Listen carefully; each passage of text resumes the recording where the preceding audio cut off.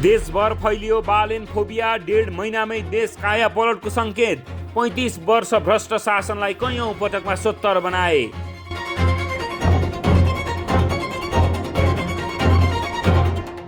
ढिलो आए पनि दुरुस्त आए भन्ने उखान यति बेला नेपाली राजनीतिमा फेरि एकपटक चर्चामा आएको छ। कारण हुन् प्रधानमन्त्री बालेन्द्र शाह। सरकारको नेतृत्व सम्हालेको 1.5 महिना नबिते उनले पुरानो राजनीतिक संरचनामाथि यति तीव्र प्रहार गरेका छन् कि दशकौंदेखि सिंहदरबारलाई आफ्नो निजी जागिर ठान्नेहरूको निन्द्रा हराउन थालेको छ। बिरालोको घाँटीमा घन्टी कसले बाँध्यो भन्ने प्रश्न नेपाली राजनीतिमा वर्षौंदेखि उठ्थ्यो। तर बालेनले त्यो घन्टी बाँधेर मात्र होइन, घन्टी बजाएर देशलाई सुनाइदिए। अब पुरानोको ठर्रा चल्दैन। सरकार बने लगातै उनले मन्त्रालयहरूमा समय सीमा तोके।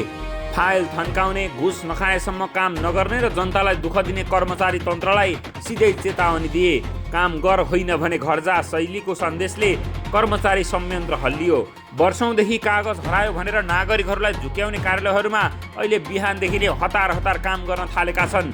जसको लट्ठी उसैको भैँसीको राजनीति गर्दै आएका पुराना दलहरूलाई बालेनले देखाइदिए राज्य कसैको वीरता होइन। उनले सार्वजनिक खरिद, ठेक्का, नियुक्तिमा पारदर्शिता खोज्न थालेपछि बिचौलियाहरूको दौडधुप बन्द हुन थालेको छ। भ्रष्टाचार नियन्त्रणका नाममा भाषण धेरैले गरे, तर मुखमा राम बगलीमा छुरा शैलीका नेताहरूले देशलाई वर्षौंसम्म लोटे। बालेनले भने पहिलो दिनदेखि नै सङ्केत दिए, न आफन्तवाद, न भागबण्डा, न चाकडी। यही कारण पुराना शक्ति केन्द्रहरू अहिले सबैभन्दा बढी आत्तिरहेका देखिन्छन्। उनले डिजिटल प्रशासनलाई तीव्रता दिएपछि नागरिक सेवा पनि परिवर्तनको सङ्केत देखिएको छ।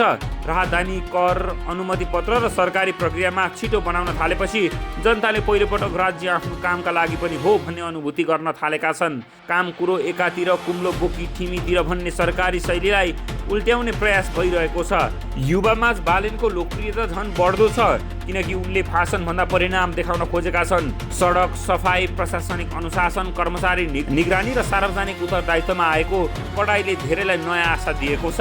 पुराना दलहरू भने अहिले ठुलो सङ्कटमा छन्। उनीहरूको वर्षौंदेखिको राजनीति खेती, लोभ देखाउ, चुनाव जितमा आधारित थियो। तर जनताले अहिले प्रश्न गर्न थालेका छन्, यदि 1.5 महिनामा यति गर्न सकिन्छ भने 35 वर्षसम्म चलाउनेहरूले किन सकेनन्? यही प्रश्न नै पुराना नेताहरूका लागि सबैभन्दा ठुलो डर बनेको छ। कतिपय राजनीतिक विश्लेषकहरू बालेनको आलोचना गर्दै दिन बिताउँछन्, तर विडम्बना के छ भने उनीहरूको चर्चा पनि बालेनमै सीमित छ। आफ्नो घरमा आगो लाग्दा अर्काको खरानी गन्ने प्रविधि अहिले सामाजिक सञ्जालमा छर्लङ्ग देखिन्छ। बालेनको शैली सबैलाई मन पर्नै पर्छ भन्ने छैन। उनका निर्णय विवाद रहित पनि छैनन्। तर एउटा कुरा भने स्पष्ट देखिएको छ, उनले देशमा डरको दिशा उल्टाइदिएका छन्। पहिले जनता राज्यसँग डराउँथे, अहिले भ्रष्ट र कामचोरहरू राज्यसँग डराउन थालेका छन्। नेपाली राजनीतिमा वर्षौंदेखि आश्वासनको खेती हुन्थ्यो। बालेनले त्यसलाई कामको राजनीतिमा बदल्ने सङ्केत दिएका छन्। यही कारण धेरैका लागि उनी आशा बनेका छन् भने धेरैका लागि फोबिया बनेका छन्। पुरानो घाउमा नुन छर्कियो जस्तै अहिले पुरानो राजनीतिक वर्गको हालत भएको छ, किनकि जनताले विकल्प देखिसकेका छन्। विकल्प देखेपछि भ्रमको व्यापार धेरै टिक्दैन। देशले अझै ठुलो परिणाम पर्खिरहेको छ। अर्थतन्त्र, रोजगारी, शिक्षा र प्रशासनिक सुधारमा दीर्घकालीन सफलता देखाउन बाँकी नै छ। तर 1.5 महिनामै बालेनले एउटा कुरा प्रमाणित गरिदिएका छन् कि इच्छा शक्ति भए देश चलाउन असम्भव छैन। अब प्रश्न एउटै छ, यो गति कायम रहन्छ कि रहँदैन? यदि रह्यो भने नेपाली राजनीतिमा 35 वर्ष भ्रष्ट संरचनाको दिन दहाडै तारा देखिने अवस्था आउने निश्चित छ।